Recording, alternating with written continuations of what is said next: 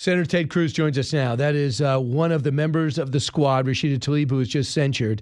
Senator, welcome back. It's amazing the pushback the president's getting from his own party, his own staff, the State Department that Blinken heads up, as well as there seems to be an Iranian sympathizer at the Pentagon pushing back against the MEK, the dissident group. Senator, your thoughts about this issue? Well, Brian, good morning. Good to be with you. Look, this issue is a manifestation and a graphic manifestation of the central phenomenon I talk about in my brand new book, Unwoke, How to Defeat Cultural Marxism in America. This is cultural Marxism that we are seeing. The rabid anti-Semitism, the vicious protests at university campuses where Jewish students are threatened. They're afraid to go to school. Just this week, Jewish students at MIT were prevented from going to class by rabidly anti-Semitic mobs. The Jewish students reported they feared for their lives. And the reason for this, what my book Unwoke explains, is how the radical left seized control of every major institution in America, from universities to K-12 education to journalism to government to big business to big tech to entertainment to science, all across the board.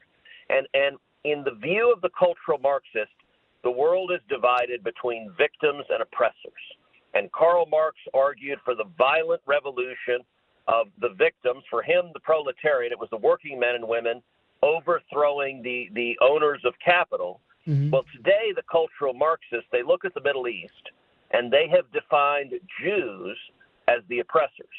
And they have defined the Palestinians as the victims. And so the cultural Marxists today celebrate the horrific atrocities of Hamas because they are for the violent revolution and overthrow. And it is grotesque, it is twisted, and sadly, it is the heart of today's Democrat Party, as you were just playing in that interview right there. So, Senator, it's kind of odd for you because you used to debate Democrats like Bill Maher.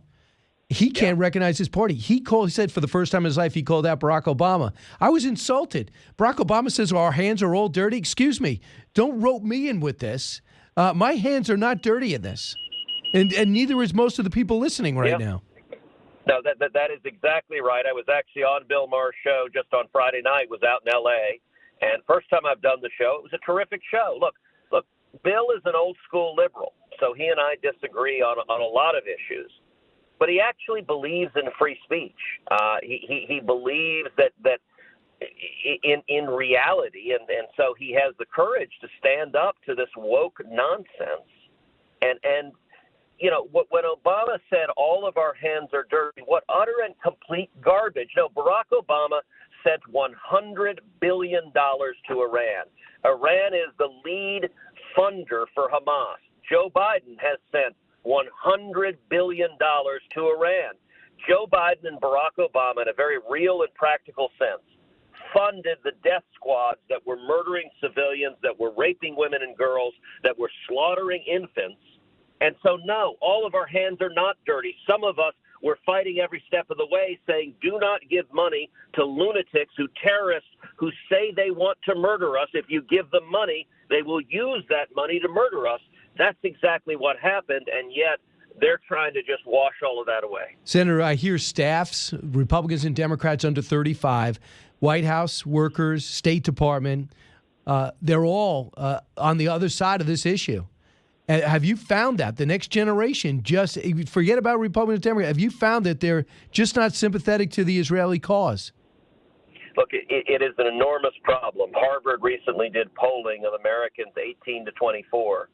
51% of young people said that Hamas was justified. And this is the consequence of indoctrination. What I explain in the book Unwoke. Chapter 1 is the universities. I describe the universities as the Wuhan lab of the woke virus. That's where it was created. Right. That's where it's mutated. That's where it's spread. And our kids in K-12 education and universities are being indoctrinated. And I'll tell you also, the last chapter of the book is on China, and I explain how China is intertwined with every one of these. And if you look on TikTok right now, which is controlled by China, TikTok is pushing rabidly pro-Hamas propaganda right now to young people. They're pushing it aggressively. because they want to undermine America. This is a very deliberate strategy. And so this book, Brian, is all about laying out specific, concrete steps we can take to fight back, to take the institutions back, because we can take them back. And the book's doing great. I was one of your first interviews. Senator Ted Cruz, congratulations on Unwoke. Hi, everyone. I'm Brian Kilmeade. I want you to do me a favor. I want you to click to subscribe to the Fox News YouTube page. This is the only way that I know for sure that you're not going to miss any great commentary, any great news bites, any great interviews coming your way on Fox. You can get it all here on YouTube. So subscribe right now.